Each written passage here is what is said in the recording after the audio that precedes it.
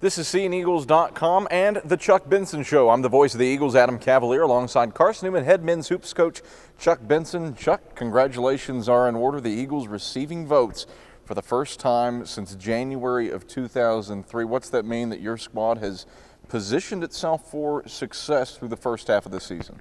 Well, 13 games in, we've done enough to gain some degree of respect, and we're not going to rest on our laurels. We're not going to make any true big deal about that, other than to acknowledge that's where it's at, and we've got to continue to play and practice and improve.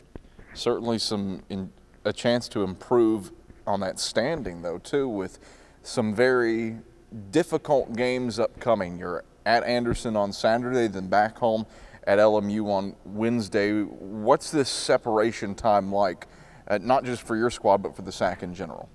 You know, for us right now, we're trying to take one game at a time. Anderson, they're tied for first in our league. We're tied for second.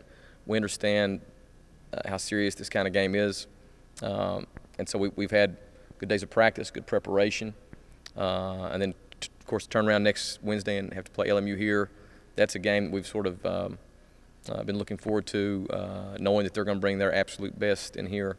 And, of course, the natural rivalries, years and years and decades of those games. So we're excited about it. Our kids are excited about it.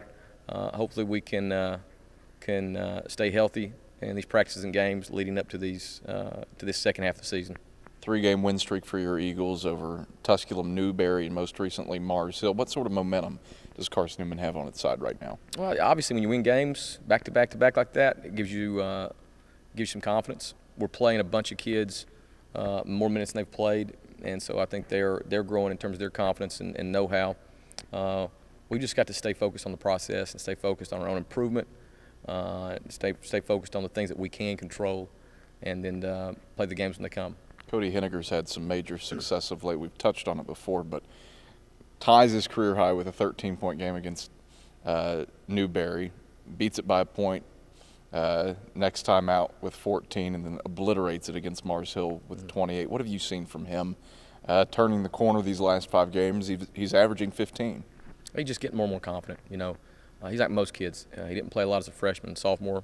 He's a junior, and now it's sort of like when these kids are in high school and they're the dominant players in their local towns, and that's sort of where I think he's at now mentally. He's feeling really good, really confident. His teammates are believing in him. Most importantly, he's believing in himself. And we have high expectations and expect continued success from Cody.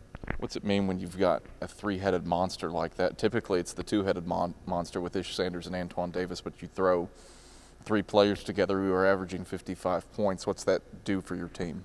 We felt all along that, based on our experience last year, we needed a third type of option. And, you know, in all honesty, we felt like Odell Parker would be that. Of course, he's no longer with us for this semester.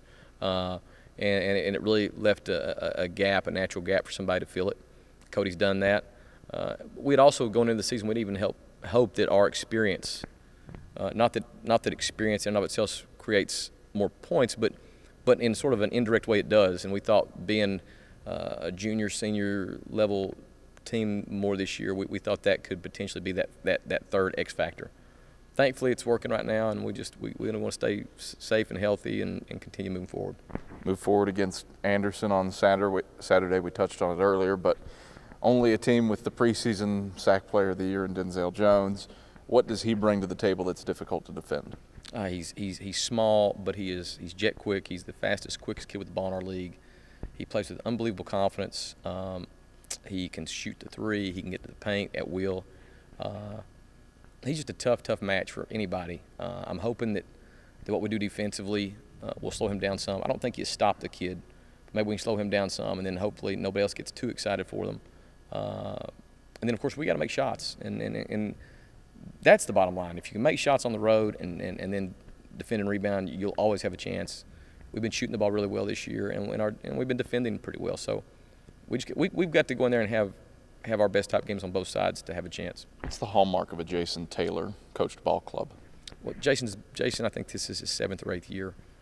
He's really built that thing into a program of national recognition. They've been in the region championship game the last 2 seasons, made an appearance in the Elite 8 year before last, he's done an exceptional job. I think their identity's tied up in what they do offensively.